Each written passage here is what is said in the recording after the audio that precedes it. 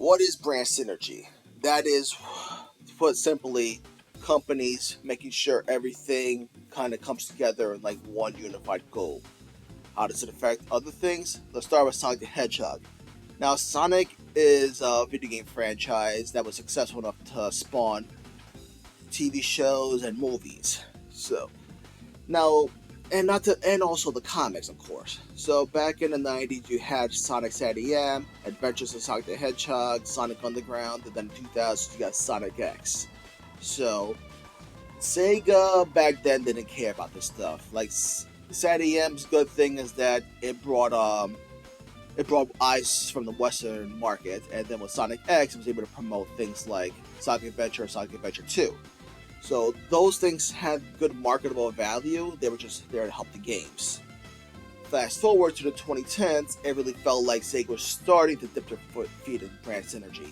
First, let's start with the Archie Comics too, because the Archie Comics originally was its own thing, it had its own story that was essentially a continuation of Sonic's ADM. You had Sonic with Sally Acorn and the other Freedom Fighters. It was, Archie Sonic had his own lore, and people loved that. It didn't have to be canon to the games, it was his own canon, and it worked as his own thing.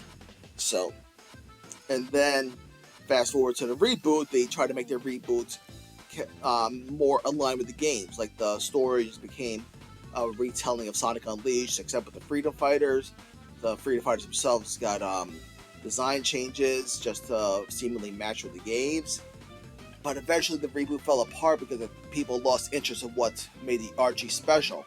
That it was just its own universe. And then we got IDW, which was meant to be part of the game canon, so to speak. I have a lot of grievances with that.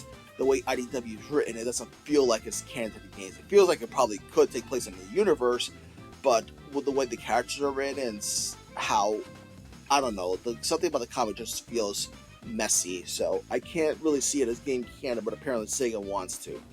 So, and now they want to introduce these characters into the games, starting with the mobile games and then everything else, so don't be surprised if in the future you see Tangle and Whisper playable in a Sonic game. And then you have the show Sonic Prime, which is also meant to be canon to the games, even though the ending made it not matter. The whole thing with the brand synergy is that because of that, Sega's like so picky about how they reference stuff. Like, Sonic Boom tried this whole thing first. They made the game to coincide with the TV show, but they rushed the game and the game failed. And because the game failed, they ended up canceling the TV show. They tried too hard to force the game to be like the show, whereas they should just let it be its own thing. Because if you're gonna play a game, you just want to play a game. If the show matches with the game, that's a bonus, but sometimes the show can just be its own thing. Or you want to just play a game, you probably don't want to worry about the comics. Like, I'm not gonna play a Sonic game, then feel the need to read IDW just to know who this character is. Like, the comics themselves really just aren't interesting. They're not really properly written, in my opinion. I've mentioned this before. I find the comics boring. I've tried reading them. They're not good. So I really don't care to read the IDW comics to play the games. Now, hopefully that's not the case. Hopefully these characters are introduced in a way that you don't need to read the comics. You could just ignore the comics altogether. Because when Street Fighter at least does it, they have their comics, but I don't think you really need to read them. They're just a bonus thing. Mortal Kombat, same thing. Of course, their comics don't really coincide with the games. Mortal Kombat has its own story troubles.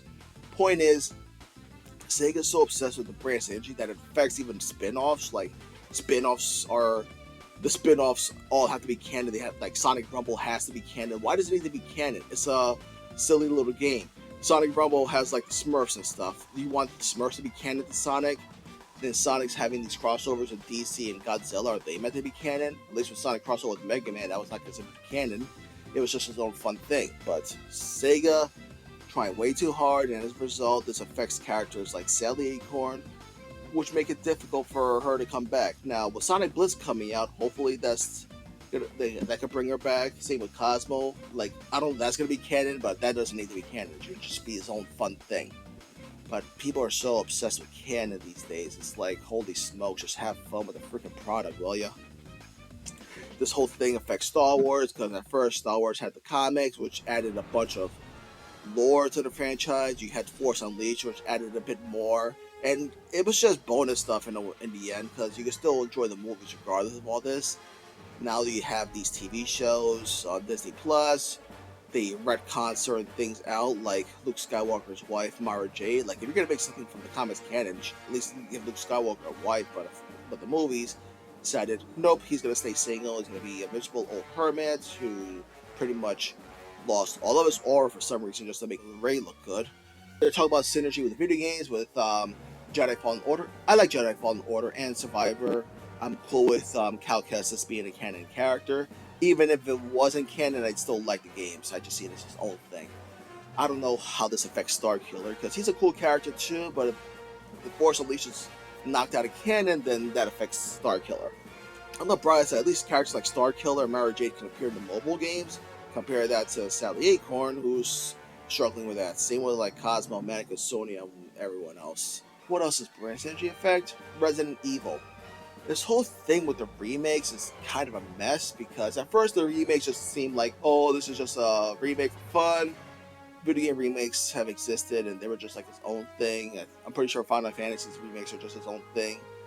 I hope they're its own thing, but Resident Evil seems like Capcom doesn't see them as remakes or alternate universes. They just see them as, oh, this is a story of Resident Evil 2 just in a modern console.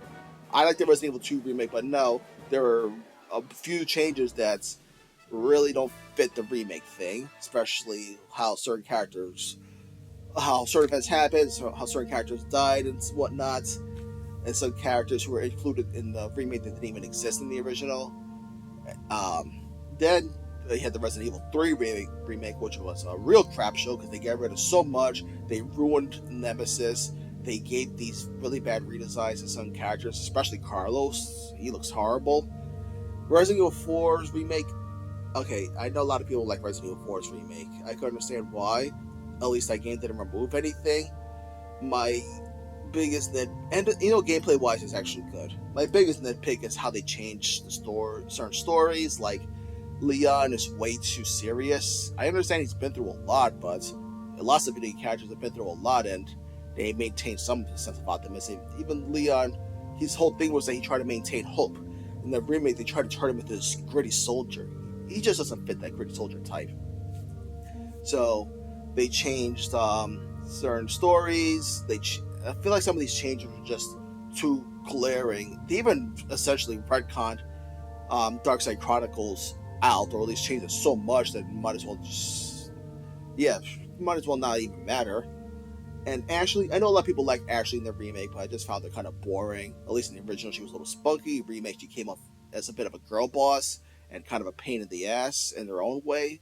So, and it made it even worse with like Resident Evil Requiem pretty much acknowledging the Resident Evil 2 remake more than the original Resident Evil 2. It doesn't even feel like a nostalgia trip because they're just referencing a game that came out a couple of years ago.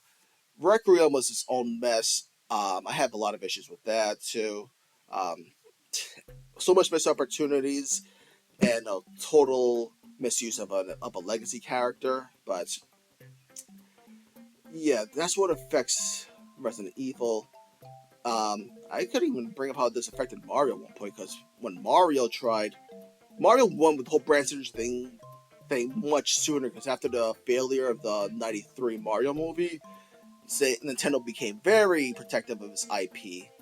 And then recently with the movies coming out, it does feel like Nintendo's trying to collaborate the movies with the games.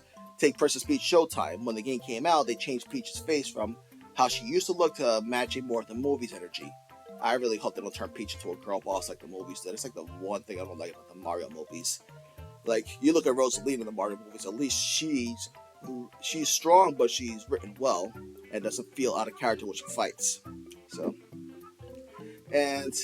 there's certain things about the sequel that could be canon. I won't say yet because at the time of this video, the sequel is still pretty new, and I don't want to spoil it for a lot of people. But they're gonna take face models. I really hope for the next Star Fox game they use Fox's model in this movie. And I know there's a Star Fox remake coming out with awful models. What the hell did I see?